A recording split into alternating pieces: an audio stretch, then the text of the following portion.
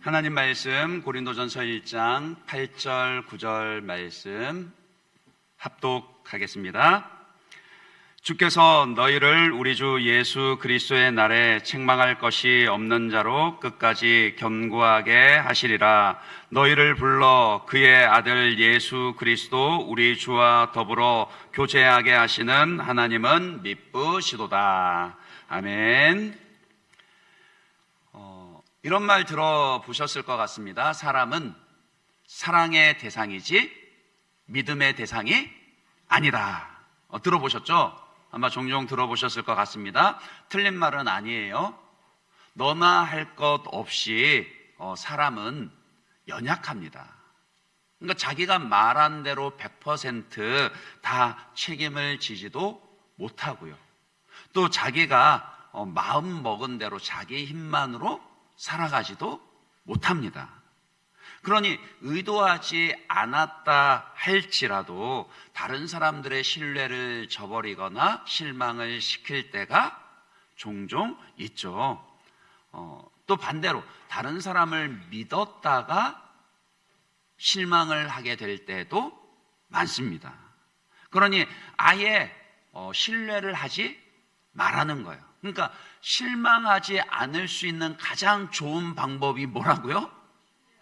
신뢰하지 않는 거라는 거예요. 신뢰하지 않으면 실망할 일도 없으니까요. 그저 약함에도 불구하고 서로 보듬어주고 기다려주고 사랑해주면 족하다. 그렇게 말을 합니다. 참 일리가 있고 동의가 되긴 하는데 그렇습니까? 같은 맥락에서 사람에게 실망하지 않을 수 있는 가장 확실한 방법은요, 아예 기대를 하지 않는 거라 그렇게 말합니다. 그렇죠. 기대하지 않으면요, 실망할 일도 없습니다. 그 설날 명절이 지났습니다마는 그 명절 끝나고는 저희 집 아이들과 그 실갱이를 하게 됩니다.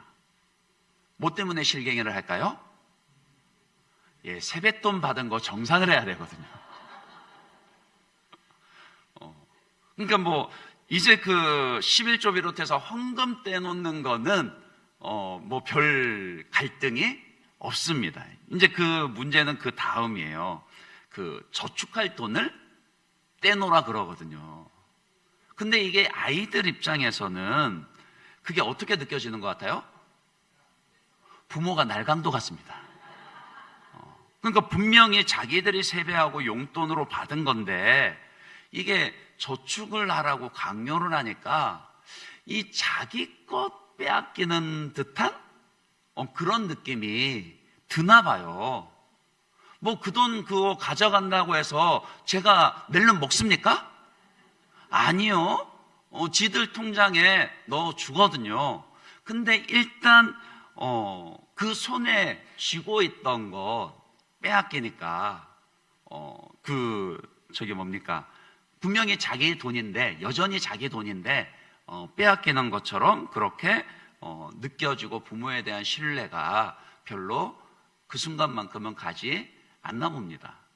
특히 이제 엄마는 30% 얘기해서 억울해가지고 아빠 찾아가서 아빠 엄마가 30%나 떼라 그래. 그랬을 때 아빠가 야 50% 떼야지.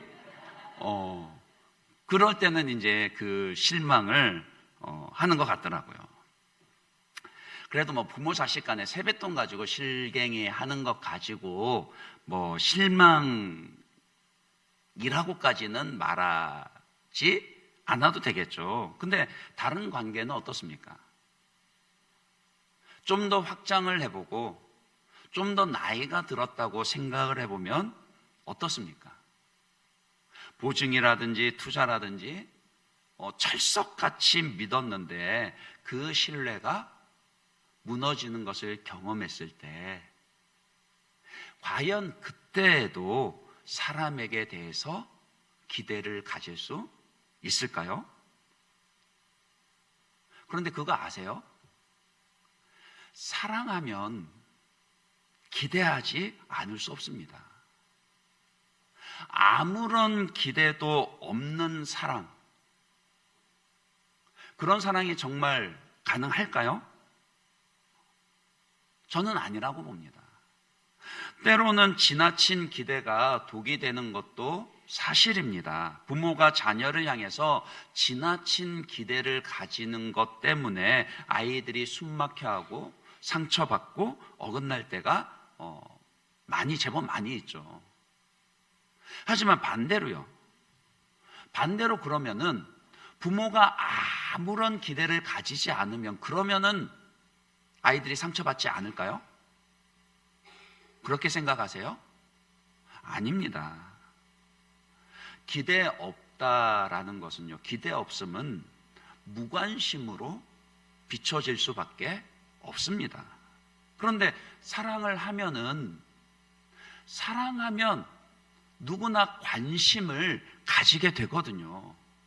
관심을 가지고 하나하나 지켜봐 주며 기다리다 보면은 기대를 가지게 됩니다. 그러니까 기다린다라는 것 자체가요, 기대한다라는 것의 또 다른 이른 모습이기도 한 겁니다. 그러니까 사랑하면 기대한다고요. 사랑하면 기대하게 되어 있습니다. 이제 중요한 것은 그 기대가 얼마나 정당한 것이고 정말 상대방을 유익하게 하는 것이냐, 그게 문제인 것이지, 기대한다라는 것 자체가 잘못된 것은 아닙니다. 이제 왜 이 말씀을 드리는가 하면은요, 하나님도 우리를 향해서 뭐 하신다라고요? 기대하시기 때문이에요. 하나님이 여러분들을 향해서 기대를 가지고 계십니다. 누구보다도 큰 기대를 저와 여러분을 향해서 가지고 계십니다. 그것은 그만큼 저와 여러분을 사랑하시기 때문이라는 거예요. 하나님은 하나님의 사랑이 큰 만큼 큰 기대를 가지고 계십니다. 이제 오늘은 그 주제의 말씀을 전하려고 하는 거예요. 오늘 본문을 통해서 고린도 교회 성도들을 향한 사도 바울의 기대도 드러납니다. 그것이 이제 곧 교회를 향한, 그러니까 저와 여러분을 향한 하나님의 기대이기도 한 거죠. 먼저 8절 말씀 다시 한번 볼까요? 8절 말씀 같이 한번 읽어보겠습니다. 8절 같이 읽습니다. 시작. 주께서 너희를 우리 주 예수 그리스도의 날에 책망할 것이 없는 자로 끝까지 견고하게 하시리라. 이 말은 소망이기도 하고 축원이기도 하지만 기대하는 말이기도 하는 겁니다. 우리말에서는 끝까지 견고하게 하시리라 이렇게 번역을 했는데, 이건 말은 마지막 종말의 날까지, 즉 우리의 구원이 완성되는 날까지 견고하게 하실 것이다, 그런 뜻이에요. 근데 그 날이 언제죠? 주 예수 그리스도의 날이라고요. 그러니까 우리 주님께서 온 세상을 심판하시는 심판의 주로, 영광의 주로 다시 오시는 재림의 그날입니다. 그날이 되면은요, 각 사람이 하나님 앞에서 자기가 행한 대로 직구하게, 직접 아뢰어 구어 정직하게 아뢰게 될 것이고, 하나님의 영원한 심판을 당하게 될 것입니다. 그런데 바로 그 영원한 심판의 날에 우리를 어떻게 하신다고요? 책망할 것이 없는 자로요, 흠이 없는 모습으로 끝까지 견고하게 하실 것이라, 이런 기대를 가지고 있다라는 거예요. 누가요? 사도 바울이요. 누구를 향해서요? 고린도 교회 성도들을 향해서요. 그래서 이 말씀이, 이 기대가 아주 놀라운 거라는 겁니다. 바울이 고린도 교회를 향해서, 고린도 교회 성도들을 향해서 이런 기대를 하고 있다라고요. 그 당시에 고린도 교회 형편이 어땠습니까? 그러니까 그때 고린도 교회 모습을 생각을 해봐야 됩니다. 오순절 성령 강림과 함께 이 땅 위에 최초의 교회, 예루살렘의 그 예루살렘 교회가 세워졌습니다. 그리고 이어서 복음이 전파되면서 온 유대와 사마리아와 땅끝까지 이르러, 그러니까 소아시아 곳곳과 넘어서 마게도냐 지방, 그 그리스 지방과 아가야 지방, 남그리스 지방, 그리고 로마에까지, 북아프리카까지 곳곳에 복음이 전파되고 주님의 교회가 세워졌습니다. 이 땅 위의 교회들 중에 완전한 교회는 없다 그렇게 말을 하지만은 그 많은 교회들 중에서도요, 유독 문제가 많고 골 때리는 교회가 어느 교회였다고요? 예일교회 그러시면 큰일 납니다. 고린도 교회요. 그러니까 고린도 교회는 한마디로 골 때리는 교회고, 교회 안에 있을 수 있는 문제는 죄다 모아놓은 문제 종합 세트, 그런 교회가 고린도 교회였다라고요.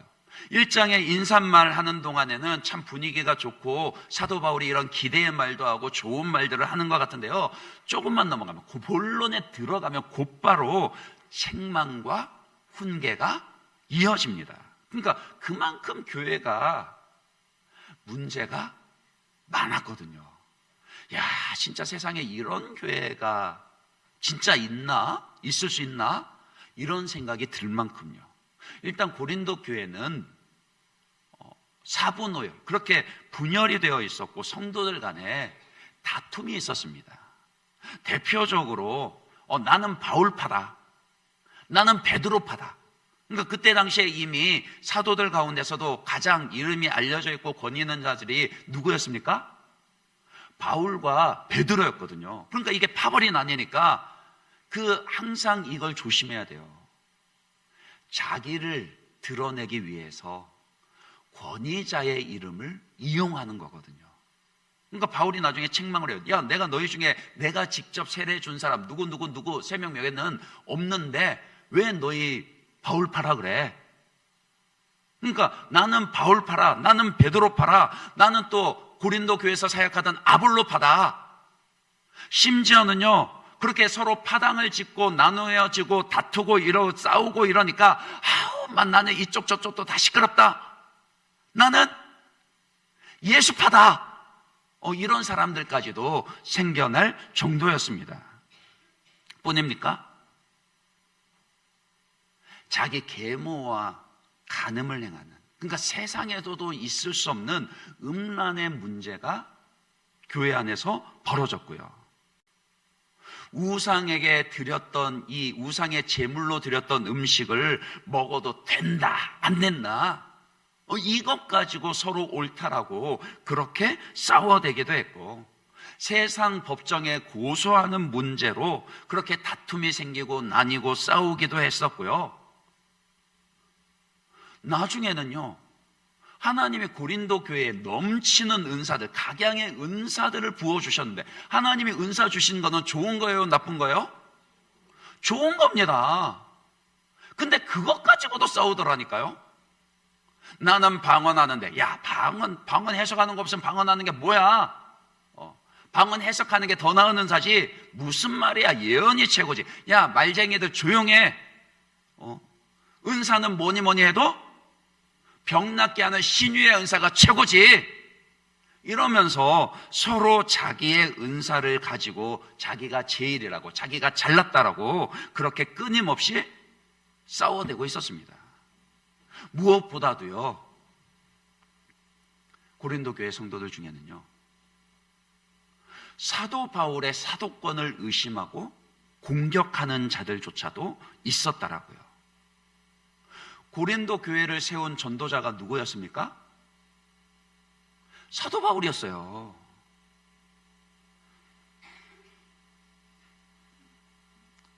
그 사도 바울이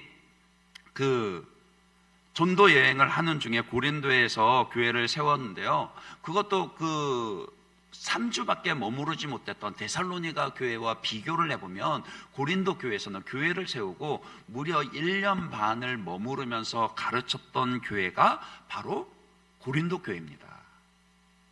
그때만 하더라도 바울이 성령 충만하여서 전해주는 그 복음의 진리만으로도 온 교회가 기뻐했었고요, 너나 할 것 없이 바울을 영접했었습니다. 그런데 지금은 어떻죠? 바울을 반대하는 것 정도가 아니라 그를 공격해야 되죠. 바울은 뭐 사도도 아닌데 예수님 12제자도 아니잖아. 바울은 글로는 강한데 말에는 좀 더듬거려. 그는 외모도 볼품이었고, 야, 바울은 다른 사람 병 낫게 한다지만 자기 지병도 못 고치고 있잖아. 그러니 무슨 바울이 사도야. 그러면서 바울의 사도권을 공격하고 인신 공격을 했던 것이 누구라고요? 고린도 교회 성도들이었더라고요. 자, 보세요. 그런 고린도 교회 성도들을 향해서 바울이 오늘 본문에 이 기대에 찬 말을 하고 있습니다. 여러분 같으면 가능하겠습니까? 어제까지 나를 극진히 영접하고 나에게 가르침을 받던 자들이 하루아침에 돌변해서 나를 공격해대고, 그것도 부당하게 인신공격을 해대는데, 그와 같은 배신감에도 불구하고 주께서 너희를 우리 주 예수 그리스도의 날에 책망 없는 자로 끝까지 견고하게 하시리라. 이런 기대에 찬 말을 여러분 같으면 하실 수 있겠습니까? 도대체 어떻게 그것이 가능하죠? 바울이니까 가능했던 겁니까? 바울은 너무나도 특출나서 우리와는 아예 달라서 그는 누군가로부터 상처를 받아도 상처받지 아니하고 흔들림 없이 그렇게 기대하고 축복의 말을 할 수 있었던 겁니까? 바울이어서 가능했던 겁니까? 다른 이유는 없습니다. 그게 아닙니다. 바울은요, 고린도 교회의 성도들요, 즉 사람들의 모습을 바라보기 전에 그들 안에 역사하고 계시는 주님을 먼저 바라보고 있었습니다. 그것 때문이에요. 주께서 너희를 우리 주 예수 그리스도의 날에 책망할 것이 없는 자로 끝까지 견고하게 하시리라. 보세요. 다시 8절 말씀 보세요. 누가 지금 그렇게 자기를 공격해대고 문제가 많고 흠이 많고 연약한 그 고린도 교회 성도들을 끝까지 견고하게 하실 것이라고 그렇게 말하며 기대하고 있습니까? 주께서요. 그러니까 바울의 이 기대는 고린도 교회 성도들을 향한 기대이기도 하지만 그 이전에 먼저 주님을 향한 기대라는 겁니다. 주님께서 그렇게 하실 것입니다. 지금 당장의 모습만 바라보면은 너무 흠이 많고 못났고 연약하고 심지어는 죄를 짓고 있는 그런 모습, 그런 고린도 교회 성도들이지만, 그러나 바울은 그들이 아니라요, 그들 안에 계시는 주님의 성령을 보았고요, 그들의 지금 모습만이 아니라 주님께서 마침내 이루어내실 그 기대의 궁극에 찬 모습들을 바라보고 있었기 때문입니다. 그래서 그는 자기를 공격해대는, 아니 누구보다도 자기에게 실망을 안겨주었던 그런 사람들을 향해서도 변함없이 기대할 수 있었더라고요. 고린도 교회 성도들에게만 그랬던 거 아닙니다. 빌립보서 1장 6절 말씀도 한번 보시겠어요? 그러니까 빌립보 교인들을 향해서도 바울이 뭐라고 그러죠? 같이 한번 읽어볼까요? 같이 읽습니다. 시작. 너희 안에서 착한 일을 시작하시니가 그리스도 예수의 날까지 이루실 줄을 우리는 확신하노라. 보세요. 비슷한 기대를 빌립보 교회 성도들을 향해서도 나타냅니다. 맞아요. 객관적으로 이야기하면은 빌립보 교회는 뭐 약간의 다툼이 있긴 했지만 그래도 고린도 교회만큼은 아니었습니다. 고린도 교회보다는 좀 나았습니다. 근데 그래서 그것 때문에 내가 너희들을 더 많이 기대한다, 그렇게 말하나요? 아니라고요. 그리스도 예수의 날까지. 그러니까 앞서 우리 오늘 본문에 고린도전서 1장 8절에서 이야기한 것처럼 그리스도 예수의 날, 주님께서 심판주로 재림하실 그날, 곧 그리스도 예수의 날까지 너희 안에 착한 일을 시작하신 일을 이루실 것이다. 누가요? 그 일을 시작하시면요, 여러분 안에서 착한 일을 시작하신 우리 주 하나님과 주님의 성령께서 그 일을 이루실 것이다. 그 기대를 가지고 있는 것이죠.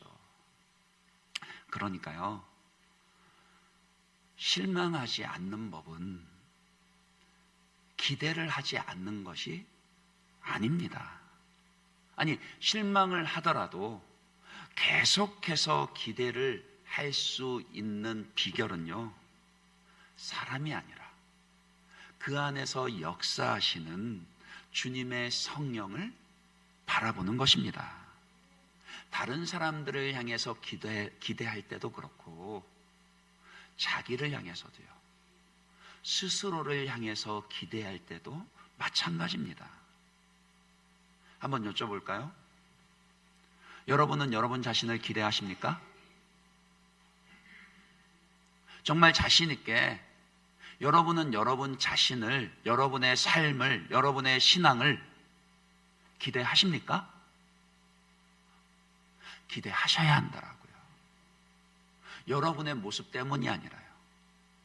여러분이 누군가보다 조금 더 나은 그런 경험과 경력과 실력을 가지고 있어서가 아니라요. 여러분 안에 일하고 계시는 주님의 성령 때문입니다. 여러분 안에 계시는 주님의 성령을 바라보시기 바랍니다. 그것은요, 그것이 이제 확장되면은 다른 사람들을 바라볼 때도 마찬가지입니다. 예, 맞아요. 쉽지는 않죠. 어렵습니다. 그 과정에서 실망도 하고 상처도 받을 겁니다.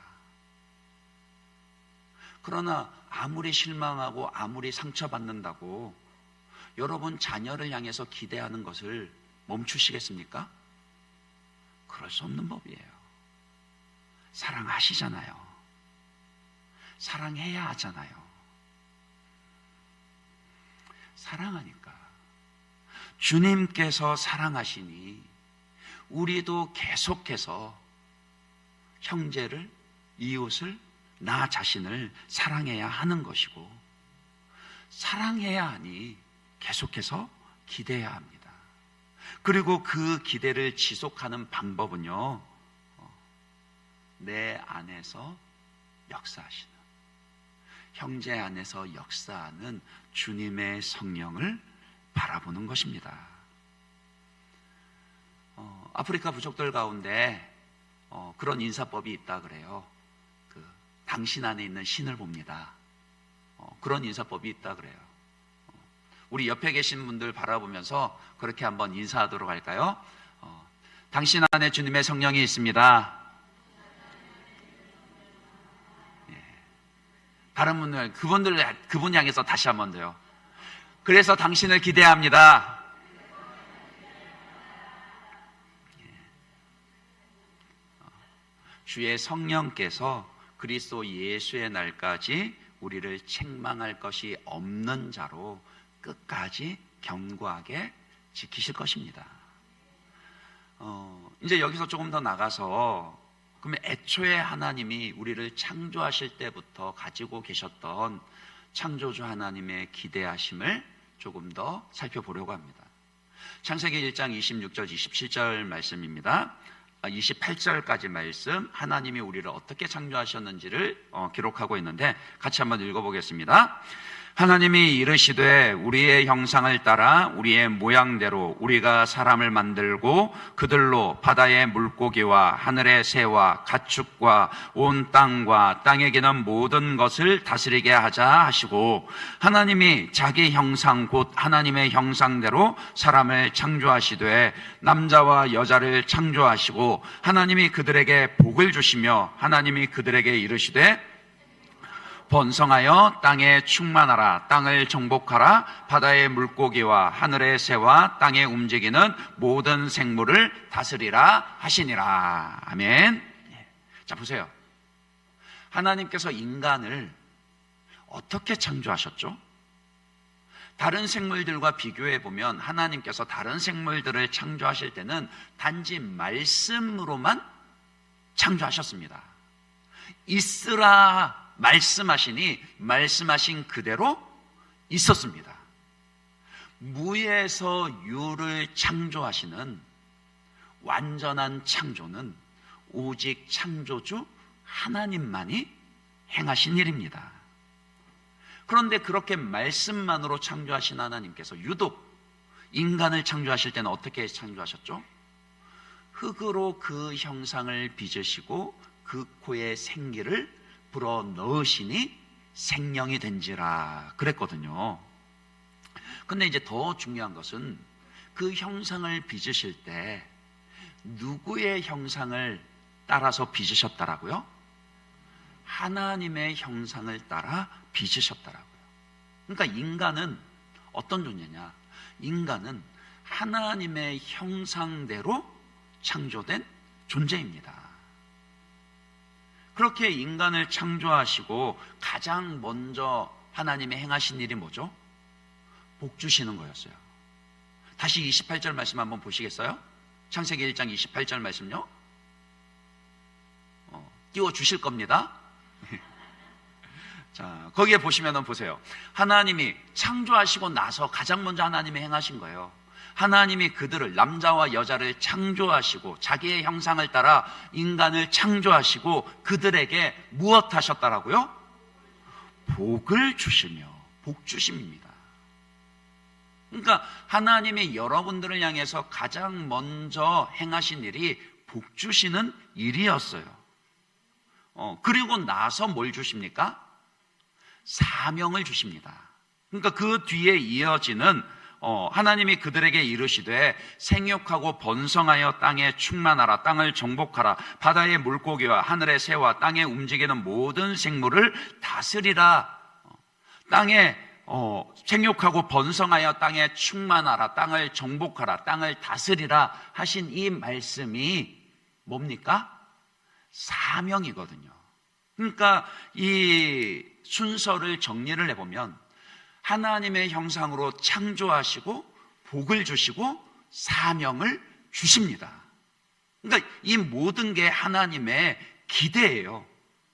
하나님은 인간을 창조하시면서 여러분들을 향하여서, 저와 여러분을 향하여서 어떤 기대를 가지고 계시느냐? 우리가 온전한 하나님의 형상으로 존재하기를 기대하십니다. 세상에 나가서도요, 하나님의 형상으로 존재하기를 기대하십니다. 복의 근원이 되기를 기대하십니다. 하나님이 우리에게 복 주시고 아브라함에게만이 아니라 아브라함을 부르셨듯이 저와 여러분을 부르시며 세상에 나가 복이 되라, 그렇게 기대하십니다. 그리고 또 무엇을 기대하신다고요? 믿음으로 번성하는 것을 기대하십니다. 땅에 충만하고 땅을 정복하고 땅을 다스릴 수 있는, 그래서 온 땅 가운데 하나님의 영광과 하나님의 주권을 선포할 수 있는 그런 사명자들이 되기를 기대하십니다. 그런데 그 중에서도 오늘은 여러분에게 가장 강조하고 싶은 하나님의 기대는 무엇이냐면요, 바로 하나님과의 교제예요. 하나님과의 친밀함입니다. 다시 한 번 더 생각을 해볼까요? 하나님이 왜 유독 인간을 하나님의 형상으로 창조하셨을까요?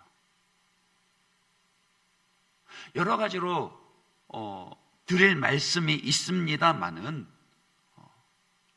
오늘 강조해서 드리는 말씀은요, 하나님의 형상이어야지 그분과 교통할 수 있는 존재라는 거예요. 왜 반려동물과도 그 오래 기르면은 그 교감이 생기잖아요. 안 생깁니까? 잘 모르셔요? 예, 모르시면은 우리 홍정로님에 가서 물어보시기 바랍니다. 그 짐승들과도 그 교감이 생깁니다. 그러니까는 왜 사실은 그 어르신들 가운데서는 자식보다 반려동물이 더 낫다 그런 얘기도 하잖아요. 왜요? 제가 요즘에 그거 절실하게 느끼고 있거든요. 집에 들어가도 아무도 내다보질 않습니다. 제가 애써 아빠 왔어. 그러면은 안에서 아빠 왔어? 그러나 고양이는, 개는 뭐라고요? 예, 문 열고 들어가기 전에 이미 와 있다 그래요. 그러니까 교감이 생기긴 하죠. 그러나 그 정도 교감을 가지고 하나님과 하나님의 형상이 서로 나누는 친밀한 교제라고 말하지는 않습니다. 하나님의 형상만이 하나님과 교제할 수 있다라는 거예요. 그러니까 대소교림 문답 제1문 1답을 보면은요, 인간의 창조 목적에 대해서 그렇게 정리를 하거든요. 인간의 가장 중요하고도 고귀한 인생의 목적이 무엇입니까? The chief and highest purpose. 그러니까 인생의 가장 중요하고도 고귀한 목적이 무엇입니까? 라고 얘기했을 때 그것은요, 인생의 가장 중요하고도 고귀한 목적은 하나님을 영화롭게 하는 것과 그분을 영원히 즐거워하는 것이다. 그런데 하나님을 영화롭게 하고 하나님을 아까부터 간질간질했던 건 하나님을 영화롭게 하고 하나님을 즐거워하는 것 가운데 빠뜨릴 수 없는 것이 무엇이라고요? 하나님과의 친밀감이라고요. 주님과의 교제라고요. 여러분들이 자녀에게 뭔가 대단한 일들을 기대하십니까? 자식이 돈을 많이 벌어서 나에게 집도 사주고 10억, 20억 갖다 주길 기대하세요? 내 주머니만 안 털어가면 좋겠다. 그러지 않으시나요? 뭘 기대하시죠? 자녀와의 친밀감이지 않습니까? 그러니까 하나님께서 우리를 하나님의 형상으로 창조하셨을 뿐만이 아니라 범죄함으로 타락하여서 하나님의 형상이 일그러졌을 때 그럼에도 불구하고 하나님께서 우리를 포기하지 않으시고 주 예수 그리스도를 보내어 주시어서 우리를 그분의 보혈로 대속하심은, 속량하심은 일그러지고 망가졌던 우리 안에 있는 하나님의 형상을 온전하게 회복하시기 위함이었습니다. 왜요? 무엇을 위해서요? 하나님과 교제하기 위해서요. 여러분을 창조하시고 주 예수 그리스도를 통해 여러분을 구원하신 하나님께서 오늘 여러분에게 가장 기대하시는 바가 바로 하나님과의 친밀함입니다. 그것을 요한복음 10장 10절에서는 이렇게 표현을 합니다. 그러니까 예수님이 이 땅에 오신 목적을 우리에게 말씀하시는데 뭐라고 말씀을 하시죠? 같이 한번 읽어보겠습니다. 같이 읽겠습니다. 시작. 도둑이 오는 것은 도둑질하고 죽이고 멸망시키려는 것뿐이요 내가 온 것은 양으로 생명을 얻게 하고 더 풍성히 얻게 하려는 것이라. 자 보세요. 내가 온 것은, 예수님께서 온 것은 양으로, 그러니까 저와 여러분으로 하여금 생명을 얻게 하기 위함이래요. 죄로 인해서 영 죽을 수밖에 없는 영원한 죽음 가운데 있는 우리로 하여금, 저와 여러분으로 하여금 영원한 생명을 얻게 하기 위해서 오셨다 그럽니다. 그런데 그게 전부가 아니래요. 생명을 얻게 하고 그 다음에 뭐라고요? 더 풍성히 얻게 하려는 것이라. 이 표현 참 재밌지 않나요? 우리가 일반적으로 생명에 대해서 이야기할 때는 야, 더 활기차다, 더 역동력이 있다, 생명력이 있다, 뭐 아니면 건강하다, 이렇게까지는 표현을 해도 생명이 더 풍성하다, 이런 표현 합니까 안 합니까? 하시나요? 그러면은 여러분들이 저를 보실 때는 생명이 풍성한 것 같습니까? 빈약한 것 같습니까? 아니, 몸매 보시 마시고요. 생명이 풍성하다라는 말이 무슨 뜻이겠습니까? 그게 무슨 뜻이죠? 그것은 우리의 구원과 관련한 그 질적인 문제이고 수준의 문제이고 성숙의 문제입니다. 그러니까 처음 구원을 얻게 하시는 것은요, 생명을 얻게 하시는 것은 어떻게 보면은 영역의 문제였습니다. 예수님께서 오셔서 우리를 속량하여 주시기 전에는 우리는 어디에 속한 자였습니까? 죄의 지배 아래에 있었고 사단의 지배 아래에 있었고 사망의 지배 아래에 있었던 자들입니다. 근데 주님께서 오셔서 주님께서 친히 영원한 생명이요 빛이 되신 그 주님께서 친히 우리의 자리로 뚫고 오셔서 우리와 하나 되시며 우리를 붙잡으시고 우리를 어디로 끌어다 놓으셨다라고요? 생명의 지배 아래로요, 성령의 지배 아래로요, 은혜의 지배 아래로 우리를 끌어다 놓으셨다라는 거예요. 그래서 예수 그리스도를 주와 구주로 믿는 저와 여러분은 이제 더 이상 돌이킬 수 없는 생명에 속한 자들이 되었고 성령에 속한 자들이 되었고 은혜에 속한 자들이 되었습니다. 그렇게 하나님의 자녀라는 생명의 지위를 얻었는데 이제 그 다음에요, 주님께서는 우리에게 그 생명을 주실 뿐만이 아니라 더 풍성한 생명을 주시기 위해서 오셨다 그래요. 그게 무슨 뜻이죠? 이제 우리가 하나님께 속한 자들의 영역으로 옮겨졌으니 그 안에서 믿음의 뿌리를 깊이 내려서 자라가도록 하신다라는 거예요. 무엇에 있어서 자라가야 합니까? 하나님과 교제할 수 있는 수준으로요. 하나님의 형상이 온전히 회복된 모습으로. 그것은 다른 데서 드러나는 것이 아닙니다. 날마다 우리 주 예수 그리스도를 통하여 하나님과 친밀하게 교제하는 것으로요. 하나님과의 그 친밀함을, 그 교제를 경험하고 누릴 수 있는 그런 모습으로 자라가야 합니다. 그래서 시편 34편 8절에 보면은 하나님의 은혜에 대해서, 하나님의 선하심에 대해서 이렇게 우리에게 교훈을 줍니다. 뭐라 그랬습니까? 너희는 여호와의 선하심을 어떻게 알아라고요? 맛보아 알아라고요. 그냥 알아라가 아닙니다. 눈으로 보고 알아라가 아닙니다. 뭐라고요?